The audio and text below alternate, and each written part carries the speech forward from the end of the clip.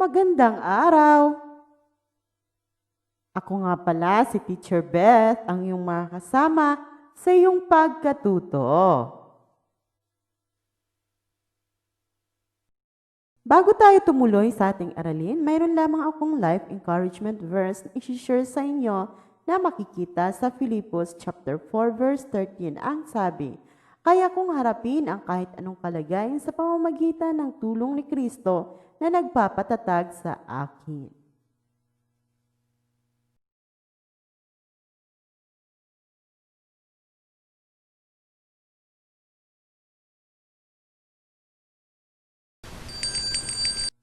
Kung bago ka pa lang sa aking channel, huwag mo munang kalimutang mag-like at mag-subscribe. I-hit mo na rin ang bell para manonotify ka sa panibago kong mga videos na na-upload. Ang ating aralin ay MAPE. Pupokus tayo sa art. Ito ay pang grade 2, second quarter na week 1. Pagsasalarawan gamit ang linya, hugis at tekstura. May mga larawan o mga uri ng hayop na makikita natin sa larawan. Nakapunta ka na ba sa isang dagat? Ano ang mga bagay o mga hayop na makikita mo sa dagat? Kaya mo bang iguhit ang mga yan? Okay, sa araling ito, mayroong mga larawan na narito. Sa palagay nyo, anong mga hugis at linya ang ginamit?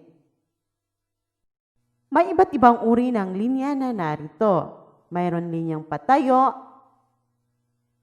pahiga, patagilid, pakurba, at sigsag. Nakakita ka na ba ng mga linyang katulad nito? Magaling! Sa araling ito, patuloy nating matututunan ang mga iba't ibang uri ng linya. May iba't ibang uri ng linya. Ano ang iba't ibang linya at katangian nito? Ang mga katangian ng linya ay mayroong tinatawag na linyang putol-putol na kung saan ginagamit ito para makabuo ng isang element o elemento. At marami pang ibang katangian nito na kung pagmamasdan ay maliliit at putol-putol. Mayroon din namang mga linya na sadyang mahaba tulad ng paikot, patagilid, pahalang, patayo, at marami pang iba na pwede mong magamit sa pagguhit ng isang larawan o bagay sa paligid.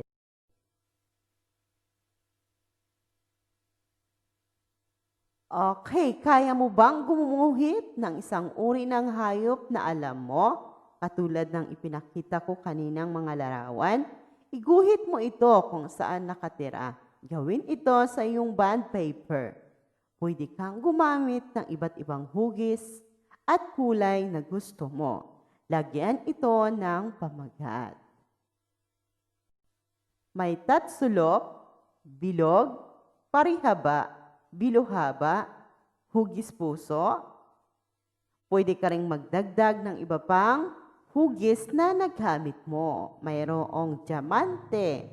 Iba't ibang uri ng hugis ang pwede mong magamit sa iyong pagdodrawing o pagpipinta.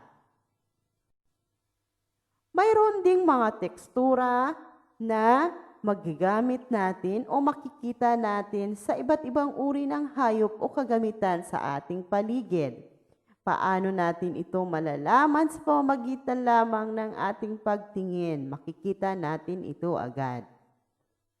Narito ang iba't ibang uri ng mga bagay, hayop o mga nasa paligid natin na makikita natin o malalaman natin agad kung ano ang tekstura nito. Ang mga larawang narito ay isang mga halimbawa ng teksturang malambot, katulad ng balahibo ng aso, balahibo ng tupa, balahibo ng pusa. Ang mga kagamitan naman katulad ng bulak, kumot, unan, tuwalya. Yan, mga halimbawa ng teksturang malambot. Mayroon namang mga teksturang matigas, katulad ng balat o yung balat ng pagong. Ang kanilang balat ay matigas, katulad ng mga kabibi na ito. Ayan, martilyo, bato, mesa, yung balat ng alimasag. Ayan, tapos yung kawali at pako. Yan ang mga halimbawa ng mga teksturang matitigas. Makikita, maraming bagay ang makikita natin sa paligid na malalaman natin ang kanilang tekstura agad sa pamamagitan lamang ng ating pagtingin. So, yan po. Maipapakita sa ating iginuhit na larawan ng hayop o mga bagay sa paligid ang iba't ibang linya, hugis at tekstura na magbibigay ng kaanyuan sa bawat hayop o bagay. Lagi mo yang tatandaan. Ayan, subukan naman natin kung may natutunan ka sa ating aralin. So, yan. Sulat ang iyong sagot sa iyong papel. Kumuha muna ng lapis at papel. Okay, simulan na.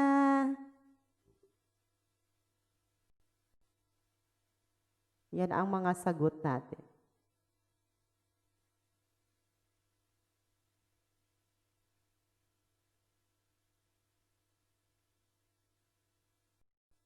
Salamat sa panunood. Sana may natutunan kayo sa ating aralin. Kung di ka pa nagla-like, i-like mo ng video kung nagustuhan mo ang video na ito at huwag kalimutang mag-like at mag-subscribe. Thank you for watching.